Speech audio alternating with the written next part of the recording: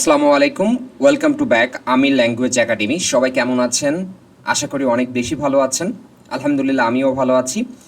খুবই গুরুত্বপূর্ণ একটা টপিকস নিয়ে হাজির হয়েছি, IELTS speaking part 1, 0 to IELTS speaking part 17+ band score যে সিরিজ চলছে, আজকে আমাদের episode number 39, topic name art and creativity.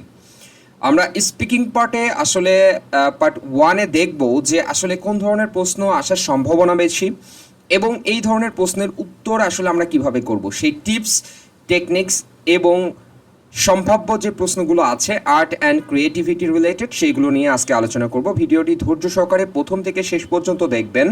অবশ্যই আপনার কাঙ্ক্ষিত ব্যান্ড স্কোর আপনি অর্জন করতে পারবেন বলে আমি বিশ্বাস করি। So let's go. ফার্স্টেই আইএলটিএস স্পিকিং পার্ট 1-এ যে ধরনের প্রশ্ন করার সম্ভাবনা আছে সেটা art and creativity related. So প্রশ্ন যদি করে, প্রথমেই যে প্রশ্নটা করতে পারে সেটা বলবে যে are you a creative person, are you a creative person. এই প্রশ্নটা কিন্তু করার সম্ভাবনা সব থেকে বেশি। আর্ট অ্যান্ড ক্রিয়েটিভিটি নিয়ে যদি প্রশ্ন করে তাহলে এই প্রশ্নটা করার সম্ভাবনা সব থেকে বেশি। সো আমরা দেখব যে এই প্রশ্নটা কিভাবে উত্তর করতে হয়। আমরা প্রথমে এই টিপস ফলো করব, টিপস দেখে আমরা পরবর্তীতে এই ধরনের প্রশ্নের উত্তর করার চেষ্টা করব। টিপসে আপনি যেটা অবশ্যই মেনশন করবেন বা টিপসটা ফলো করবেন সেটা হচ্ছে mention what you do creatively, use express ideas mentally fresh. এই জাতীয় কথাগুলো আপনি ব্যবহার করবেন। যেহেতু বলছে are you a creative person, নিজেকে অবশ্যই বিশ্বাস করবেন যে হ্যাঁ আপনি একজন ক্রিয়েটিভ পারসন বা সৃজনশীল ব্যক্তি। সো কিভাবে উত্তর করা যায়, যেটা ব্যান্ড 7+ আনসার আসবে। আমরা যদি প্রথমে দেখি, আপনি এই ধরনের প্রশ্নে প্রথমে ইয়েস বলবেন। Yes, I believe so. হ্যাঁ, আমি মনে করি আমি সৃজনশীল। আই বিলিভ সো এটা বোঝাচ্ছে যে I am a creative person. এইটা দ্বারাই কিন্তু এটা প্রকাশ পাচ্ছে যে I am a creative person. So এখানে এই বিষয়টা আপনি বুঝতে পারছেন যে এইটা দ্বারাই বোঝাচ্ছে। সো আপনি এটা বলবেন, বলার পরে এবার আপনি বলবেন যে I enjoy writing short stories and drawing in my free time. দেখেন এখানে ক্রিয়েটিভিটি কিন্তু এগুলোর ভিতর থেকে চলে আসে। আপনি যদি শর্ট স্টোরিজ লেখেন নিজের মতো করে, এটা কি অবশ্যই আপনার ভিতর ক্রিয়েটিভিটি আছে। যারা ঐতিহাসিক ব্যক্তিত্ব বা মহান ব্যক্তিত্ব, বিশেষ করে কবি সাহিত্যিক যারা আছে, যেমন সুকান্ত ভট্টাচার্যের কথা যদি বলি, মাত্র 21 বছর বয়সে উনি মারা গেছে, কিন্তু ওনার যে লেখাগুলো আছে, ওনার লেখাগুলো ইউনিভার্সিটি পর্যন্ত কি করা হয়, স্টাডি করা হয়। তার মানে বুঝতে পারছেন যে জায়গাটা কোথায়, যে ওনার ক্রিয়েটিভিটি আসলে কোন লেভেলে ছিল। এই কারণেই কিন্তু উনি এই ধরনের ক্রিয়েটিভিটি উপস্থাপন করতে পারছে বলেই এখনও তিনি মানে পরপার বা পরের জীবনে যেও এখনও নন্দিত হয়ে আছেন। সো এখানে আমি বলছি যে I enjoy writing story, short stories and drawing in my free time. I like expressing my thoughts through art. I often come up with new ideas while doing creative work. কি বলছে, I like expressing my thoughts. আমি আমার চিন্তাধারা শিল্পের মাধ্যমে প্রকাশ করতে ভালোবাসি। Through art, এই যে থ্রু আর্ট বলতে শিল্পের মাধ্যমে প্রকাশ করা। And I often come up with new ideas while doing creative work. এবং সৃজনশীল কাজে নতুন নতুন ধারণা আসে। It helps me relax and stay mentally fresh. কি বলছে যে এটা আমাকে রিল্যাক্স করতে, মানে বিশ্রাম করতে, এক কথা বলতে গেলে স্বাচ্ছন্দ্য বোধ করা বোঝায় এবং মানসিকভাবে সতেজ থাকতে সাহায্য করে। বলছি ইট helps me relax and stay mentally fresh. এটা আমাকে রিল্যাক্স থাকতে বা স্বাচ্ছন্দ্য বোধ করতে এবং মানসিকভাবে সতেজ থাকতে সাহায্য করে। এখন এখানে আপনার একটা বিষয় আসবে মাথায়, সেটা যে আপনাকে প্রশ্ন করলো are you a creative person, আপনি তো জাস্ট বললেই হতো yes I believe that I am a creative person. Just এতটুকু বললেই কি আপনার কাঙ্ক্ষিত ব্যান্ড স্কোর অর্জন করতে পারবেন? কখনোই পারবেন না। আপনার স্পিকিং পার্ট 1-এ আপনাকে যতই এইভাবে প্রশ্ন করুক, একদম বেসিক প্রশ্ন করুক, সেই ক্ষেত্রে অবশ্যই আপনি 3টা সেন্টেন্স অবশ্যই বলবেন। 3টা সেন্টেন্স অবশ্যই বলবেন যদি আপনার ব্যান্ড স্কোর 7+ থাকে, এবং যেটা বলবেন এটার সাথে সামঞ্জস্য রেখে এটা শেষ করবেন। তাহলে আপনার অল্প কথায় আপনার উত্তরটা হবে খুব সুন্দর এবং মাধুর্যপূর্ণ। তাহলে আপনার কাঙ্ক্ষিত ব্যান্ড স্কোর অর্জন করতে পারবেন। আদারওয়াইজ কিন্তু কখনোই অর্জন করা সম্ভব নয়। আশা করি বুঝতে পেরেছেন। এখন আমরা দেখব যে এই ক্রিয়েটিভিটি অ্যান্ড আর্ট নিয়ে আরও একটা প্রশ্ন করার সম্ভাবনা আছে যদি এই প্রশ্ন করে। আর একটা বিষয় কি মনে রাখবেন, যে স্পিকিং পার্ট 1 যদি আপনি ভালো করেন তাহলে কিউ কার্ড সহ ফলো আপ যে প্রশ্নগুলো আছে সেগুলো ভালো করবেন। কেন? কারণ স্পিকিং পার্ট 1-এ আপনি ভালো করলে আপনার কনফিডেন্স লেভেল বাড়বে, আপনি ইজি ফিল করবেন এক্সামিনার এর সাথে, এক্সামিনারকে ভয় কম পাবেন। মানে ইজি ফিল করা বলতে তো বুঝতেই পারছেন। সেই ক্ষেত্রে কি হবে, আপনার কনফিডেন্টটা আপনার কাছে মজবুত হবে। এই ক্ষেত্রে আপনি ভালোভাবে স্পিচ দিতে পারবেন এবং আপনার কাঙ্ক্ষিত ব্যান্ড স্কোর অর্জন করতে পারবেন। এই কারণে স্পিকিং পার্ট 1-কে আমি বেস্ট স্পিকিং পার্ট বলি, যে এটাই ভালো করলে আপনার পরবর্তীগুলো ভালো হয়ে যাবে। সো এই স্পিকিং পার্ট 1-এ কী ধরনের প্রশ্ন আসতে পারে সেটাই আমরা আলোচনা করছি। তাহলে আর্ট অ্যান্ড ক্রিয়েটিভিটি নিয়ে আরেকটা প্রশ্ন আসার সম্ভাবনা আছে, মানে করার সম্ভাবনা আছে, সেটা did you enjoy art classes at school, যে আপনি কি আসলে আর্ট ক্লাসের যে স্কুলগুলো ছিল, মানে স্কুলে যে আর্ট ক্লাসগুলো ছিল সেগুলো কি আপনি পছন্দ করতেন, সেগুলো কি আপনার মানে পছন্দসনীয় ছিল? এই জাতীয় প্রশ্ন কিন্তু আপনাকে করতে পারে। সেক্ষেত্রে আপনি কি বলবেন? যেহেতু আপনার প্রথম উত্তরটা কি ছিল, ইয়েস দিয়ে শুরু ছিল, অবশ্যই আপনি এর সাথে সামঞ্জস্য রাখবেন। কখনোই কিন্তু আপনি সাংঘর্ষিক যেটা, একটাকে বলবেন ইয়েস, একটাকে বলবেন না, এভাবে কখনোই বলবেন না। অবশ্যই সামঞ্জস্যপূর্ণ রাখবেন, দুইটাকে একই ধারাতে রাখবেন, তাহলে আপনার কাঙ্ক্ষিত ব্যান্ড স্কোর পাবেন। আমরা টিপসটা একটু ফলো করার চেষ্টা করি। যেহেতু প্রশ্নটা এখানে করা আছে কি, কোন টেন্সে, পাস্টে করা আছে, যে did you enjoy art classes at school, এটা পাস্টে করা আছে। সো আপনাকে উত্তরগুলো দিতে হবে পাস্ট থেকেই। এখানে ইউজ মেমোরি প্লাস ইমোশন, ভোক্যাবসের ক্ষেত্রে ওয়াটার কালার, ইমেজিনেশন, কম্পিটিশন, এই জাতীয় কথাগুলো আপনি এর ভিতরে যুক্ত করতে পারেন। একটা বিষয় মনে রাখবেন, অবশ্যই আপনাকে যেই টেন্সে প্রশ্ন করবে আপনি ওই টেন্সে উত্তর করার চেষ্টা করবেন। এখানে আমি বলছি yes I really enjoyed art classes. আমি যদি জাস্ট বলতাম yes I really enjoy art classes, তাহলে মনে হচ্ছে কি আপনি বর্তমানের কথা, এখানে প্রশ্ন কিন্তু বর্তমানে করে নাই। সো আপনি প্রশ্ন যেভাবে করবে, যে টেন্সে, আপনি ওই টেন্সে করার ট্রাই করবেন। সো আমি বলছি yes I really enjoyed art classes, they were fun and allowed us to use our imagination. তারপরে কি বলছে, যে এগুলো ছিল মজার এবং কল্পনা শক্তি ব্যবহার করার সুযোগ দিত। তার মানে দে ওয়ার ফান, তারা কি ছিল, খুব মজার ছিল যে সেগুলো, অ্যান্ড অ্যালাউ আজ টু ইউজ আওয়ার ইমেজিনেশন, এবং আমাদেরকে কি করতো, কল্পনা শক্তি ব্যবহার করার সুযোগ দিত। My favourite part was painting with water colours and participating in school art competitions. কি বলছে দেখেন, ভালো করে খেয়াল করেন। বলছে my favourite part was painting, আমার সবথেকে প্রিয় কাজ ছিল জল রং দিয়ে আঁকা, with water colours, that's mean জল রং, and participating in school art competition, এবং স্কুলের চিত্রাঙ্কন যে প্রতিযোগিতা সেটাতে অংশ নেওয়া। Those classes were a nice break from regular subject. কি ছিল, যে এই ক্লাসগুলো ছিল অন্য বিষয় থেকে ভিন্ন ও স্বস্তিদায়ক।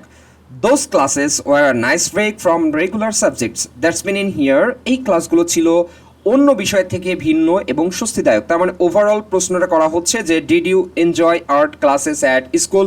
জাস্ট আপনি যদি বলেন yes I really enjoyed art classes, তাহলে আপনার কাঙ্ক্ষিত ব্যান্ড স্কোর কখনোই অর্জন করতে পারবেন না। আপনাকে অবশ্যই এখানে দু একটা কারণ বলতে হবে। সেটার ক্ষেত্রে আপনার ইউজ মেমোরি, মানে মেমোরি ইউজ করবেন, একই ক্ষেত্রে ইমোশন যে বিষয়বস্তুগুলো আছে সেগুলো আপনি যোগ করবেন, যে আসলে আপনি যে উপভোগ করতেন, কোন কোন বিষয়ে আপনি পার্টিসিপেট করেছেন, খুব সুন্দর কথা, আপনি কী ধরনের আর্ট করতেন, এটা যদি বলেন একদম পূর্ণাঙ্গ উত্তর হয়ে যাবে। এতে আপনার কাঙ্ক্ষিত ব্যান্ড স্কোর আপনি অর্জন করতে পারবেন। কিউ কার্ড সহ ফলো আপ যে প্রশ্নগুলো আছে সেখানেও ভালো করতে পারবেন বলে আমি আশা করি। এখন আমরা দেখব আর্ট অ্যান্ড ক্রিয়েটিভিটি নিয়ে আরও একটা প্রশ্ন করার সম্ভাবনা আছে, মানে এই টপিক্সের উপর ভিত্তি করে। দেখি আমরা এই টপিক্সটায় কী দেওয়া আছে। এখানে বলা হচ্ছে is creativity important in life, that is so important. Is creativity important in life, কি বলছে, যে সৃজনশীলতা আসলে জীবনের জন্য কি খুবই গুরুত্বপূর্ণ। কি বলছে, আপনাকে অবশ্যই এখানে টিপসটা ফলো করতে হবে। ভালো করে টিপসটা ফলো করুন, তাহলে আপনার উত্তর করতে আপনার সহজ হয়ে যাবে। টিপসটা কি, যে use differ reasoning, thinking, solving and expressing, use word essential, express different perspectives. কি বলছে, ইউজ ডিফার রিজনিং, সেক্ষেত্রে বলবেন যে থিঙ্কিং, সলভিং, এক্সপ্রেসিং, কিছু ওয়ার্ড ব্যবহার করবেন যেমন এসেনশিয়াল বা ইম্পর্ট্যান্ট, এক্সপ্রেস, ডিফারেন্ট পার্সপেক্টিভ, এই জাতীয় যে কথাগুলো আছে সেইগুলো আপনি এখানে ব্যবহার করতে পারেন, তাহলে আপনার ব্যান্ড স্কোর 7+ হয়ে যাওয়ার সম্ভাবনা আছে। সো আমি আমার জায়গা থেকে কি বলছি যে অ্যাবসোলিউটলি এই জাতীয় কথাগুলো সব থেকে বেশি ইউজ করার ট্রাই করবেন। Absolutely, yes I do, yes I believes, mostly, এই জাতীয় যে কথাগুলো আছে, অনেস্টলি, এই জাতীয় কথাগুলো বেশি ব্যবহার করার চেষ্টা করবেন আইএলটিএস স্পিকিং পার্ট 1-এ। সো অ্যাবসোলিউটলি অবশ্যই দিয়ে শুরু করলাম। Creativity is essential not only for artist but also in daily life. আমি কি বলছি যে সৃজনশীলতা শুধু শিল্পীদের জন্য নয়, দৈনন্দিন জীবনের জন্য গুরুত্বপূর্ণ। কি বলছে? Creativity is essential not only for artist, এটা শুধুমাত্র শিল্পীদের জন্য নয়, but also in daily life, দৈনন্দিন জীবনের জন্য জরুরি। Whether you are solving a problem, making decision or learning, creative thinking makes everything more effective. কি বলছে? এই সমস্যা সমাধান করুন, সিদ্ধান্ত নিন বা কিছু শিখুন, সব কিছুতেই সৃজনশীল চিন্তা দরকার। কি বলছে? Whether you are solving a problem, যখন আপনি কি করছেন? সমস্যা সমাধান করছেন, মেকিং ডিসিশন সিদ্ধান্ত নিচ্ছেন, অ্যান্ড লার্নিং শিখছেন, creative thinking makes everything more creative effective, সব কিছুতে সৃজনশীল চিন্তা দরকার। It also helps us express emotion and see the world in different ways. কি বলছে দেখেন, যে আমাদের অনুভূতি প্রকাশ করতে সাহায্য করে এবং ভিন্নভাবে জগৎকে দেখতে শেখায়। কি বলছে? ইট also helps us express emotions and see the world in different wedge, যে এটি আমাদের অনুভূতি প্রকাশ করতে সাহায্য করে এবং ভিন্নভাবে জগৎকে দেখতে শেখায়। সো আপনি যদি এইভাবে প্রশ্নটির উত্তর দেন তাহলে অবশ্যই আপনার যে কাঙ্ক্ষিত ব্যান্ড স্কোর আপনি অর্জন করতে পারবেন বলে আমি বিশ্বাস করি। আপনার জায়গায় আপনি ট্রাই করবেন যে এভাবে টিপসগুলো ফলো করে যাওয়ার, যে আসলে আর্ট অ্যান্ড ক্রিয়েটিভিটি নিয়ে যদি আমাকে কোনো প্রশ্ন করে তাহলে আমি কিভাবে উত্তর দিব, সেই ক্ষেত্রে কী ধরনের টিপস আমি ফলো করব। কারণ এখানে আপনার ফার্স্ট অ্যাপিয়ারেন্স যদি ভালো না হয় তাহলে পরবর্তীতে কিন্তু আপনার ব্যান্ড স্কোর ওঠানোটা কঠিন হয়ে যাবে। আমি তো আবার বলছি যে কঠিন হয়ে যাবে। সো সহজ করার একটাই বিষয়, সেটা হচ্ছে অবশ্যই আপনার কি করতে হবে, যে ফার্স্ট অ্যাপিয়ারেন্স আপনাকে ভালো করতে হবে। আপনি প্রথম দিকেই যদি ভালো করে ফেলেন তাহলে সেই ক্ষেত্রে আপনার কিউ কার্ড সহ যে ফলো আপ যে প্রশ্নগুলো থাকবে সেগুলোতে ভালো করবেন এবং আপনার কাঙ্ক্ষিত ব্যান্ড স্কোর আপনি অর্জন করবেন বলে আমি বিশ্বাস করি। সো আমরা এখানে বেশ কিছু এক্সট্রা কোশ্চেন্স দেখব অন আর্ট অ্যান্ড ক্রিয়েটিভিটি। এই ধরনের প্রশ্ন আসার সম্ভাবনা আছে। সেক্ষেত্রে আমরা প্রশ্ন দেখব, টিপস দেখব, এখানে সামারি দেখব আর্ট অ্যান্ড ক্রিয়েটিভিটি টপিকস নিয়ে। আরও প্রশ্ন করার সম্ভাবনা আছে, সেটা do you enjoy visiting art galleries. কি বলছে দেখেন, ভালো করে খেয়াল করুন কি বলছে। এই ধরনের প্রশ্ন আসার সম্ভাবনা বেশি, মানে করার সম্ভাবনা বেশি। জাস্ট টপিকটা মেইন, আপনার এখানে যে কোনো প্রশ্ন করতে পারে, তবে আমি যেগুলো এখানে ব্যাখ্যা করলাম এগুলো আসার সম্ভাবনা বেশি, মানে প্রশ্ন করার সম্ভাবনা বেশি। এছাড়াও আরও বেশ কিছু প্রশ্নও করতে পারে, এটা এক্সামিনারের মুডের উপর নির্ভর করে যে আসলে কী ধরনের প্রশ্ন এখানে আসলে করবে। বলছে do you enjoy visiting art galleries, আপনি কি করবেন যে মেনশন ভিজিট প্লাস ফিলিং এটা যুক্ত করবেন, যে হ্যাঁ আপনি যেহেতু আর্টকে পছন্দ করেন, প্রথমে কিন্তু পজিটিভ উত্তর দিয়েছেন, সো এটাকে অবশ্যই পজিটিভ উত্তরে রাখবেন, কখনোই নেগেটিভ আর করবেন না। আপনি মেনশন করবেন ভিজিট, যে আপনি কোনো জায়গায় গিয়েছেন কিনা আর্ট গ্যালারি সেখানে ওইটা মেনশন করবেন এবং ফিলিংটা অবশ্যই প্রকাশ করবেন, যে আসলে যেহেতু আপনার খুব ইচ্ছা বা ছোটোবেলা থেকে আর্ট নিয়ে আপনি অভ্যস্ত, সেই ক্ষেত্রে অবশ্যই আপনার ফিলিংটা একটু এক্সট্রাই অন্যদের থেকে এক্সট্রা হবে, তো সেই ক্ষেত্রে আপনার ফিলিংটা আপনি ব্যাখ্যা করার ট্রাই করবেন, তাহলে এই ধরনের প্রশ্নের উত্তর আপনি সহজেই করতে পারবেন। What kind of art do you like, এখানে বলছে যে এই প্রশ্নটা প্রথম দিকে করার সম্ভাবনা খুব বেশি। বলছে আপনি কি ধরনের আর্ট পছন্দ করেন, ড্রয়িং, ডিজিটাল, মিউজিক এটসেট্রা আপনার উত্তরের ভিতর আনতে পারেন। আপনি বলতে পারেন ড্রয়িং, হতে পারে ডিজিটাল, হতে পারে মিউজিক, এই জাতীয় যে শিল্পগুলো আছে সেইগুলোর যে কোনোটা আপনি ব্যাখ্যা করতে পারেন। এখানে যদি ড্রয়িং নিয়ে আপনি কি বলবো, যে ড্রয়িং নিয়ে বেশি ইন্টারেস্টেড থাকে সেক্ষেত্রে ড্রয়িংয়ের কথা বলবেন। যদি আপনি ডিজিটাল কোনো বিষয়বস্তু নিয়ে ইন্টারেস্টেড থাকেন সেটা বলবেন। মিউজিক নিয়ে থাকলে মিউজিক নিয়ে বলবেন, অবশ্যই সেটা আপনি উল্লেখ করবেন, যে আপনার একটা দুইটা হতে পারে, তিন চারটা হতে পারে, এটা আপনার ইন্টারেস্টেড উপরে ডিপেন্ড করে। সো আপনি এইভাবে বলে উত্তর করবেন যে আসলে কোনটাকে কেন পছন্দ করেন, তাহলেই হয়ে যাবে। এখানে প্রশ্ন করা হচ্ছে ক্যান ক্রিয়েটিভিটি বি টট, কি বলছে দেখেন, যে সৃজনশীলতা কি আসলে শেখানো যায়। আপনি কি বলবেন? আপনি বলবেন যে yes, give opinion with reason. আপনি যদি বলেন ইয়েস তাহলে ইয়েসের অপিনিয়ন যুক্ত করবেন, মানে আপনার মতামত যুক্ত করবেন।